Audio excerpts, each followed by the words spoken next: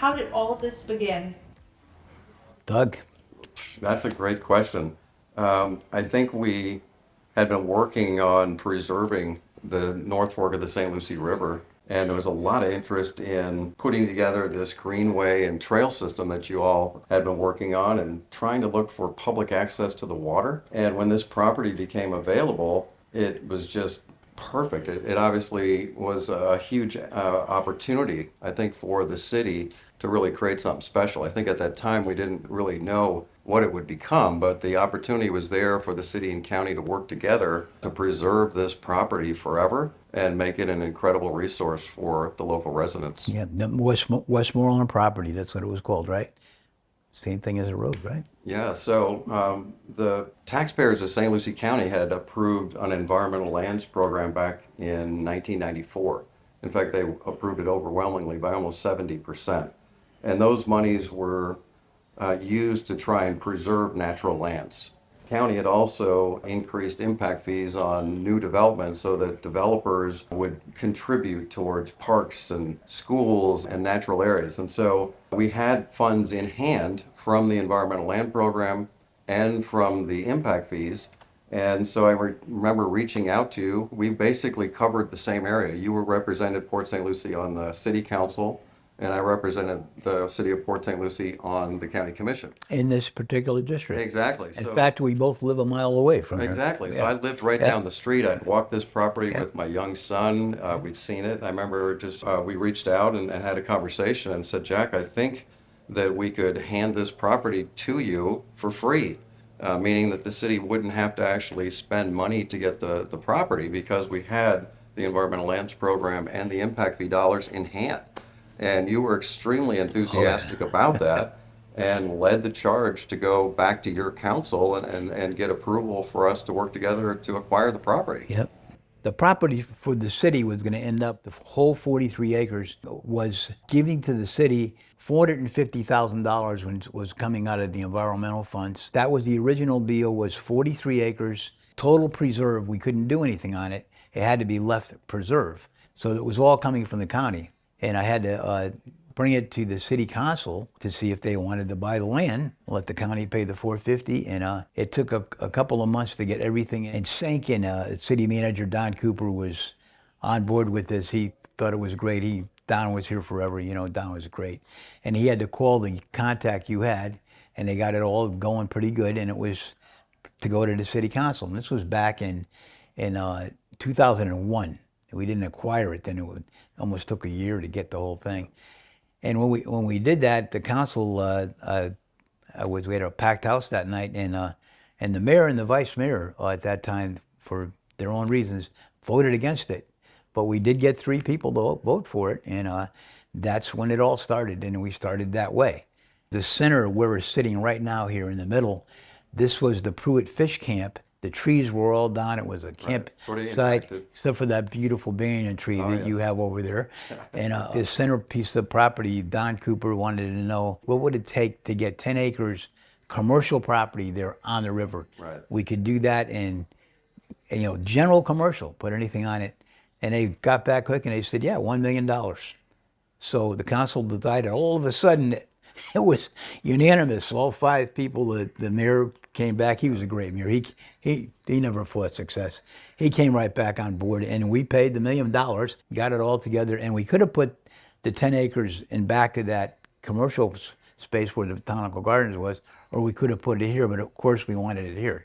So the final procurement was $450,000 plus the $1 million for commercial, and we would have 20 acres there, 10 acres in the middle, and 13 acres on the side. But that 20 acres where the Botanical Gardens is was also total preserve, and that 13 acres, which is sacred preserve, as you would call it. And that was the deal, and we closed on that in 2001. And then the rest of it went from there. At the time, we may have thought $450,000 was a lot of money to buy this property back in 2001. But imagine if this property was undeveloped and was on the market right now, what would the asking price be? Doug, I have no idea. I just Over $10 million probably for. I think much higher, Doug. This is the only property on the river. And the end result was just a beautiful mix of that 13 acres on the south, which is preserve and will stay in preserve in perpetuity. The botanical garden and the beautiful trails and trees that you all have built Yep. for passive recreational use. And then the more intensive commercial piece, Yep. and then of course you tied the boardwalk in as well. So Oh, yeah. I compliment the city and all those who've been involved who created this just beautiful mix of, preserve, development, and trails and the botanical garden. So I don't think you or I could have seen fully what this has What become. was developed into, But it yeah. is one of the Yeah. projects that I'm extremely proud to have been involved with, and appreciate the opportunity to have had the county and the city working together for the betterment of the community. Well, you mentioned the boardwalk, and that was another reason why I jumped on it so quick. We came up in the beginning of 2001. I was brand new. They wanted to expand the boardwalk right underneath the bridge and all the way down to where it is right now. And we had two people in the council said, no, we don't want to. We don't want to do that because it's going to be a boardwalk to nowhere. And not now. It's a Yeah. boardwalk to somewhere now. So that really enthused me to get that boardwalk done, and everyone else. And that boardwalk was a big part of why I wanted to do this. The intentions, you could see the development we could do here. Chris Cooper, Councilman Cooper, all to his achievement, uh, asked if we could do the same thing and get a hold of our connections, which we didn't. We just made a call, said, we can call you, we have an idea. Botanical Gardens, this is what we'd like to do. Within a week, they called back and said, yeah, sure. Has to be Botanical Gardens. It has to be in sync with everything preserved, like that. All 20 acres. They gave Chris all 20 acres for a Botanical Gardens. They wouldn't let us put a firehouse there, but they let the Right. Botanical Gardens. And that's how it got created. And that was the end there. And that was within 2 years later on. There's a plaque in front of it with Chris's name on there in the console, but that took a while to get that built, and it's just blossomed since then, Doug. I know you came down to everything we did when we opened it up. You were there. So I think that's the initial. Right now, it's 20 acres, botanical gardens, right to the water, boardwalk. This 10 acres in the center here, and the 13 acres. In the beginning, people wanted to put boating here and have some where they could rent boats and go out and skis and fishing and that type of thing. Then they wanted to do they wanted to build some housing where you would have your shop on the bottom and you could live up on top, the new urbanism type thing. And then a hotel came in. I will forget that wanted to put up a 10-story hotel. So that lasted for a while. There were a lot of proponents that wanted to do it, and that took quite a while to fight that up and down. And there were other things that they planned to do here, but Yeah, in fact, I was reflecting on one of the community leaders at the time was advocating that we bulldoze the mangrove swamps and put in concrete pathways like you have in San Antonio, which is nice in that urban area. But the North Fork of the St. Lucie River has a lot of mangrove swamps that are highly protected and, obviously preserve the water quality and make it a haven for fishing and kayaking and boating. So to me, the idea of bulldozing those areas to get access to the water just didn't make sense. And that's why this property did make so much sense, because you already had that access. It was already impacted in this area, and to be able to enhance that, public access, and then all the surrounding areas for, commercial use and the botanical gardens, it's a beautiful mix. then we had a big, I'm not going to call it it was a recession. We went into the recession, and that kind of put a stop on everything here, except for the botanical gardens, which, by the way, is all volunteers. If I can brag, my dad was one of those volunteers who came out and helped with the botanical gardens. If I can elaborate on what you're talking Okay. about, I'm also thinking about how this project connects in with the larger system. You've talked a lot about the areas on the property, but as you move north into the Veterans Park, and then there's additional beautiful woods along the river. And I don't know if you remember this, but the Walgreens on the corner here was going to be up probably about a mile or two, and was going to take out one of the largest remaining natural sand scrub habitats. It's one of the rarest habitats in Florida, and they were going to bulldoze all these natural trees and put in a parking lot and Walgreens. And I got to give credit to former council member Michelle Berger, who went out on a hot afternoon and walked these natural areas, and I was trying to show her the areas that were natural and the areas that were already impacted and were chock full of non-native species like Brazilian pepper and others, and said, you know, this is a site that really needs to be saved. And they ended up saving that property, moving the Walgreens down to the more appropriate high use area on the corner. But as you continue up the North Fork, you've got so many natural areas, natural trails, parks, and now the city is expanding those plans. I think it's called Midport Lake, just up by the park.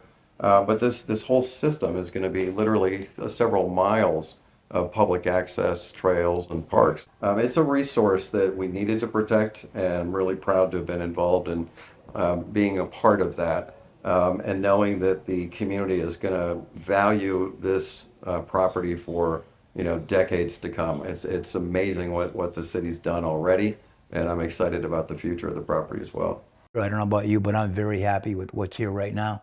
I didn't want a 10-story hotel here. No, I And totally agree. we're getting a new restaurant that I hear is going to really accompany the Botanical Gardens. People will be able to get married there. And what a place to go get your pictures taken over at the Botanical Gardens. I mean, it's just fabulous. The other thing that I love is the fact that they saved that massive banyan tree, Oh. which might be the biggest tree in the entire city. But I don't know if you remember this. You called me one time and you had heard that it had been taken down. They were going to take Called it me in a down, and panic. yet You're like, they took down the banyan, and you and I were like crying on the no, phone. they didn't play. No, Hey, they took down the banyan. we were going to go down and tie ourselves to the And tree. thank goodness we were wrong. But that tree is just spectacular. And then it's right on the waterway. It's just, I've been there so many times with my son and family and just enjoyed that spot. Everyone involved has just done a fabulous job, especially that Pioneer Park. It's beautiful. It also highlights how many city councils and county commissions have been involved with this over the decades, right? You and I may have Work been together. They at work the very together. outset, but, Yeah. Councilman Cooper, Great job. having the vision with the Botanical Garden, several other council members, fully supporting this, and then, I keep going back to Michelle Berger because she was so kind to go out and actually walk that property. And I remember it was a hot day like today, and we were both sweating, and it was just really good collaboration between the city and the county, and something I'm very proud of. Everything that you see here, the way it is right now, Patricia Christensen I just can't, was a full-time job Yeah. for her. What she did here to get this all set up, and what you see here, I got to give Pat credit for everything that's been done. She did a great job. So And I have to give credit to the full board that I served on, because this was not a Doug Coward decision. This was a decision that was made unanimously by the St. Lucie County Commission. I may have been the flag bearer, but the entire county commission unanimously supported this project as well. yeah. Well, you need the inspiration and the plan, and you're the guy that did that. Well, We just got it along, and thank God. But it has developed into something beautiful, and it's really something that the park city of Port St. Lucie should be proud of. yeah. Let's push that park city, ladies. All right. Well, I'm proud to have worked with you, Jack, on that You project. too, buddy. Thank you. Thanks And very thanks for having us.